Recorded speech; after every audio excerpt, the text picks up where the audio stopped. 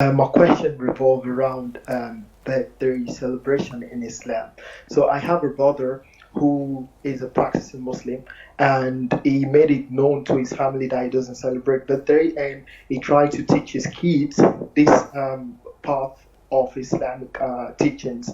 However, his wife is resistant to the message and sort of sometimes argue with him. But the point of this question is that the wife celebrated birthday hugely for the children recently, and the brother decided not to participate by leaving home. The birthday was done on a Saturday, but the brother left home on a Friday with the intention to go back home on a Sunday because he doesn't want to participate and be there. However, this is causing a sort of backbiting and slandering towards this brother that is taking Islam to extreme, and the Prophet did not forbid us from doing birthday. So the brother is like very confident in what he did, but he just need a sort of guidance from people like you to understand better that what he has done, is it right or is it wrong for not participating and collaborating with his wife in this birthday celebration for the kids. Jazakumullahu khairan. وَجَزَاكُمْ أَخِي الْكَرِيمِ. First of all, Allah says in the Quran, يَا أَيُّهَا الَّذِينَ آمَنُوا قُوا أَنفُسَكُمْ وَأَهْلِيكُمْ نَارًا. O you who believe, protect yourselves and your family, your household, your wives and your children from hellfire. So this is an instruction, an order, an obligation that the guardian of the house, the man, has to protect his women folk and children from whatever may lead them to hellfire. Secondly, celebrating such feasts and events is not part of our religion. Definitely, birthdays were adopted from other nations. It is part of their customs and traditions.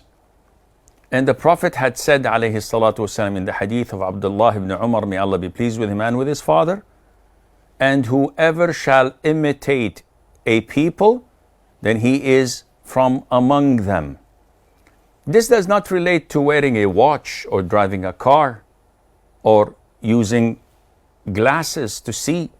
This is related to whatever is considered to be part of their customs, traditions, religion, and so forth. And birthdays are not part of our own customs or traditions. This is taken from the non-Muslims. Therefore, celebrating them is not permissible. Otherwise, we would have been celebrating the birthday of the Prophet ﷺ, which is the most noble of all birthdays, and the birthdays of Abu Bakr, Umar, Uthman, Ali, and the whole 9 yards. But this is not part of our religion. Therefore, celebrating such birthdays, Mother's Days, the Labor Days, Halloween, Easter, Christmas, New Year, Valentine, and the list goes on, all of this is totally prohibited and not permissible. Thirdly, it's a man's job to enforce such conviction and beliefs in his household, in his home. Unfortunately, I've been doing a lot of counseling sessions, and I get a lot of brothers like your friend from the UK and elsewhere who accepted to be treated as a doormat. I am shocked, sometimes traumatized, when the brother says to me, well, my wife did this, my wife did that. And I say, wait. Is your wife earning? He says, no, I'm the breadwinner. Does she chip in the bills, in the rent, in the food? So, no, nothing. I give her allowance, and I give her a credit card, and I give her a car, and I bring her a maid. But she does this and that.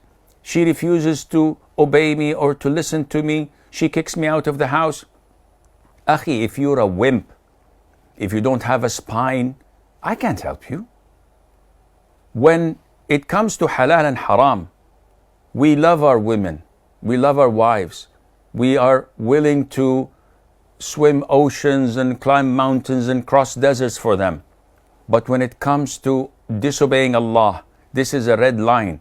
that I'd rather never cross, even if it was for a woman I love.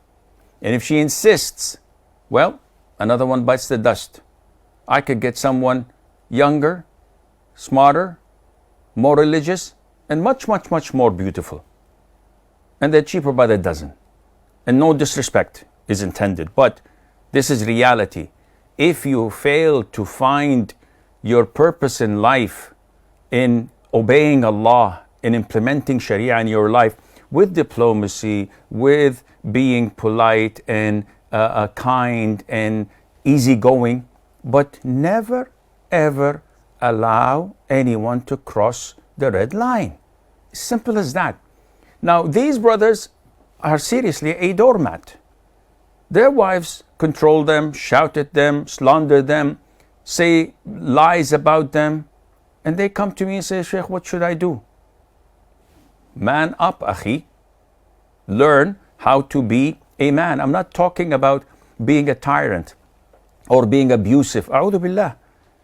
Deal with them like the Prophet used to deal, alayhi salatu wasalam. He was the kindest of all men. But when it came to red lines, he would never compromise his religion. It is an issue of zero tolerance. When he comes to the home and he finds curtains that have live portraits of animals, he doesn't enter. And you can see anger in his face. And Mother Aisha says, the most beloved woman to his heart, O Prophet of Allah, what have I done? I seek Allah's forgiveness. He says, Aisha, don't you know that the owners of these portraits are being tormented in hell? End of story. She takes them down, tears them up, put them in a pillow, and that's it. Stuffs pillows with it, and that's it. It's torn. It's totally deformed. So this is what you need to do. Explain to them. Show them. But at the end of the day, you're the man of the house. Put your foot down. Who says you have to leave the house? No. I'm not leaving. I'm not an ostrich. Whenever there's danger, I just put my head in a hole in the ground and say, whoops, it's dark. I don't see anything. Everything is fine. No, it's not like this. It's your home. You're paying the bills. They have to comply and obey whatever you say, not you fleeing the battlefield and letting them do whatever they want. So tomorrow they say, we would like to have a party and we would smoke or maybe have a pint of lager every now and then. And you say, okay, I told them and I advised them, they wouldn't listen, and I leave the home. Akhi, put your foot down. Be a man and act like a man within the boundaries of Sharia, and Allah knows best.